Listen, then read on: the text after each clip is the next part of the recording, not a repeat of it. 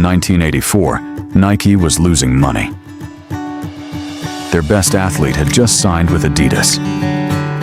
Their CEO was ready to quit. And a young kid from North Carolina had just been drafted into the NBA. Nobody, not even Nike, knew that this moment would change business history forever. I'm going to show you exactly how Nike went from the edge of bankruptcy to building a $200 billion empire, and the 3 decisions that made all the difference. Stay with me, because the third one will genuinely shock you. It started in 1964, not with a boardroom, not with investors, but with the trunk of a car. Phil Knight, a 26-year-old accountant from Oregon, was selling Japanese running shoes out of his car at track meets. His entire startup capital? $50. His partner was his old track coach, Bill Bowerman, a man so obsessed with making lighter shoes that he once poured rubber into his wife's waffle iron just to test a new sole design. That waffle iron? It created the iconic Nike waffle sole, the design that would eventually outsell every competitor on the market. By 1971, the company had a new name, Nike, after the Greek goddess of victory, and a new logo, designed by a college student named Carolyn Davidson for just $35. Knight wasn't even sure he liked it, but he said, "Well, I don't love it, but I think it'll grow on me." He was right. By the early 1980s, Nike was the #1 athletic shoe brand in America. They had over 50% market share. And then, almost overnight, they lost it all. Reebok came from nowhere. They had one product that Nike completely ignored: aerobic shoes for women. While Nike was focused on serious male runners, Reebok captured an entirely new market. By 1987, Reebok had taken Nike's #1 spot. Nike's profits dropped by 80%. Thousands of employees were laid off. Phil Knight, the founder, seriously considered selling the company. But then, 3 years earlier, Nike had made one bet that nobody believed in.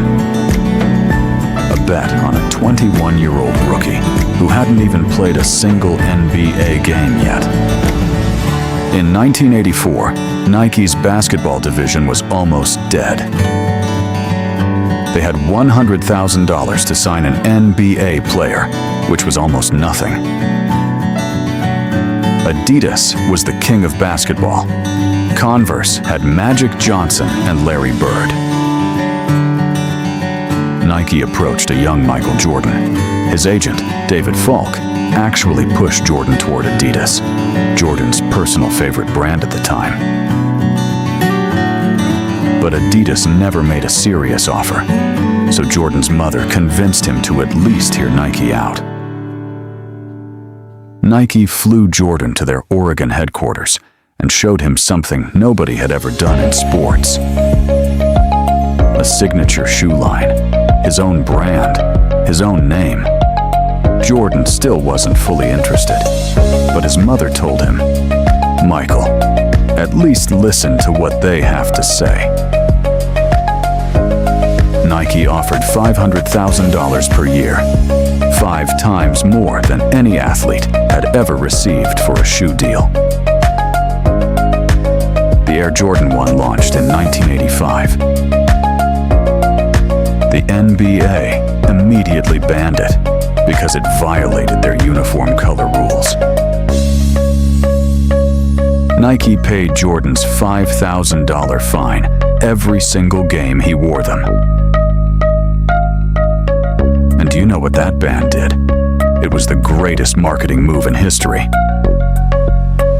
Every kid in America wanted the shoes the NBA said you couldn't wear. In its first year, Air Jordan generated $126 million in revenue. Nike had expected 3 million. In 12 months, Nike went from near bankruptcy to market dominance on the back of one shoe and one man. But here's what most people miss about the Nike story. Nike's real genius wasn't the shoe. It wasn't even Jordan. It was the idea that they weren't selling shoes at all. Phil Knight had read a book in college called Confessions of an Advertising Man by David Ogilvy. One line stuck with him forever. Don't sell the product, sell the feeling. Nike didn't sell rubber and leather. They sold the idea of becoming your best self. Just do it. 3 words. Launched in 1988. Didn't mention shoes once. It wasn't about Nike. It was about you. That's the strategy that turned a shoe company into a $200 billion brand. Today, Nike doesn't even manufacture shoes. They design them, market them, and let factories in Vietnam and Indonesia make them. Their entire model is built on stories, athletes, and emotion, not on manufacturing. And it all started with a $35 logo, a waffle iron, and a bet on a kid from North Carolina. So what can you take from Nike's story? 1. When your entire market collapses, look for the market nobody else is serving. 2. One right partnership can change everything, but only if you're willing to take the bet. 3. You're never really selling a product. You're always selling an identity. If you found this valuable, subscribe.